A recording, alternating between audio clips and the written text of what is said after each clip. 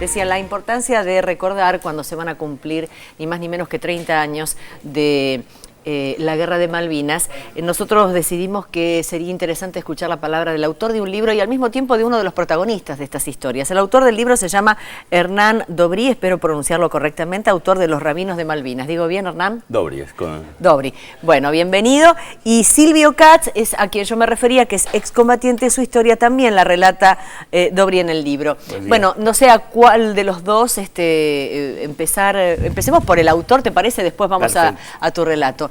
¿Por qué esta historia de Rabinos en Malvinas? Me pareció que era una nueva forma de contar la historia que había pasado durante la Guerra de Malvinas, no volviendo a tocar los mismos temas que ya se habían tocado muchas veces, o sea, tratar de la parte estratégica, tratar de la parte de política internacional. Ya se había hablado muchísimas veces en estos 30 años, y tratar de buscar una visión más humana a lo que era el conflicto de Malvinas, si se puede encontrar algo muy humano dentro de lo terrible que es una guerra. Correcto. Entonces, lo que tenía que ver con las relaciones espirituales, con la forma que tenían los soldados de poder conseguir ese cable a tierra dentro de todo el trauma que significaban no solo los bombardeos, sino todo lo que estaban padeciendo en manos de muchos de los oficiales y suboficiales que que los tenían a su cargo, ¿no? Ahora, vos sos una persona joven, si yo digo, ya pasaron 30 años, se van a cumplir 30 años.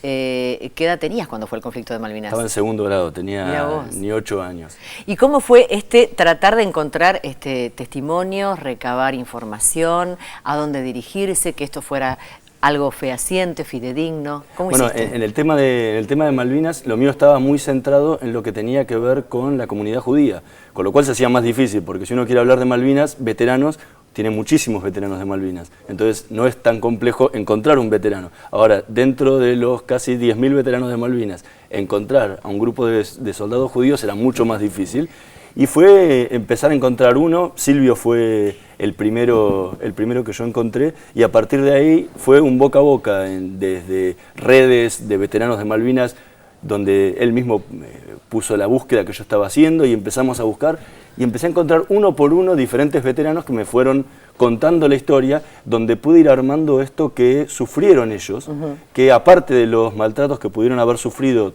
muchísimos de los veteranos de Malvinas, también se encontraba el tema especial que sufrían los judíos, que era el tema del antisemitismo. La discriminación por ser judíos. Mientras vos estás mostrando esa tapa del libro que trajiste a una de nuestras cámaras, yo le voy a preguntar a Silvio cómo fue esta búsqueda, y cuando se encuentra con Hernán y le propone esto, ¿qué pensó? Porque esto te hizo revivir un montón de cosas que, no te digo que uno las tiene olvidadas, pero que empiezan a aflorar, y es como volver a vivir, hasta supongo yo sentir ese olor tan particular que debe haber en Malvinas. Hablan de que la tierra es muy particular, hay una humedad en el aire. Contanos un poco. Mira, en mi caso, conectarme con Hernán me retrotrajo 30 años, hizo que yo pudiera sacar todo lo que tenía adentro. ¿Cómo ser, por ejemplo? Y toda la discriminación y las torturas que recibí por ser judío en Malvinas. También comencé terapia con la doctora Marcela Aldazábal. ¿En qué lugar, perdóname, en qué lugar en el estabas? Centro Malvinas Argentino. Yo estaba en ejército. En ejército. Y bueno, ¿habías hecho el servicio militar? Me faltaban 10 días para salir de baja. Y se declara la guerra a Malvinas y te convocan. ¿Cuánto estuviste en el sur? Desde el 11 de abril hasta la finalización, que nos tomaron claro, los que tomaron prisioneros. Exacto. Cuando termina el conflicto y bueno, llegan a Buenos Aires, y poco menos que con la vergüenza porque los ocultan y no se permite conocer la experiencia que tuvieron ustedes, que estaban dispuestos a entregar la vida por Malvinas. ¿Qué fue lo que recordás de lo que viviste? Es decir, más allá del antisemitismo y de lo que sufriste, ¿tenés compañeros excombatientes con los que seguiste manteniendo contacto? Sí, yo formo parte del Centro de Veteranos de La Matanza. Estoy en la comisión directiva, son gente que me ha ayudado muchísimo también, y que me ha hecho sentir de que la discriminación la tuve solamente en el servicio militar y después en Malvinas. O sea, me costó mucho, igual 20 años donde yo desaparecí, no quise hablar del tema, psicológicamente no estaba preparado. Llegué a pensar que era normal todo lo que sufrí, hasta que bueno, empecé terapia, después pude hablar con Hernán, que me sacó, o sea, con su don de gente me sacó todo lo que yo tenía adentro, me hizo muy bien también. ¿Y llegaste a leer parte de lo que tiene Todo ese lo leí, libro? todo ¿Y lo qué leí. sentís? ¿Lo refleja como lo viviste vos? Es excelente. Desde lo que es investigación, es lo mejor que leí sobre Malvinas hasta el momento. Es muy sectario, ¿no? Es una parte. Es una parte de la experiencia. Es tal cual, lo sentí tal cual lo que pasó. Para ir redondeando la charla, me gustaría una reflexión de cada uno. Estamos a 30 años del conflicto y estamos también por conocer cuál fue tu experiencia, porque vos tuviste la oportunidad de volver.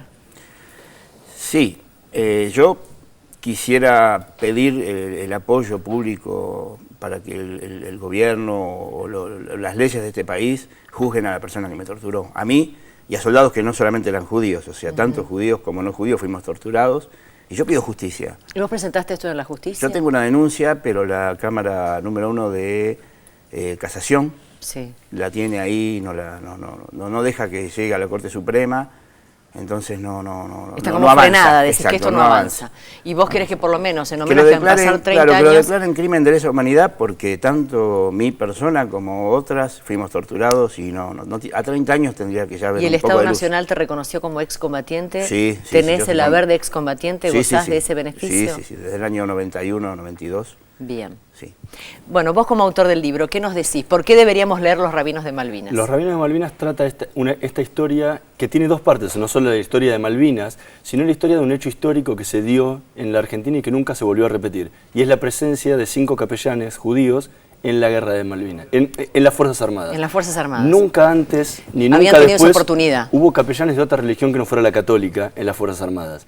Y Qué creo, detalle, ¿no? y creo que es una cuenta pendiente que todavía tienen las Fuerzas Armadas por modernizar, que es permitirle a religiosos de otros credos poder prestar la asistencia espiritual a las tropas, tanto a los oficiales, suboficiales, como a los soldados voluntarios y civiles que están hoy en las Fuerzas Armadas.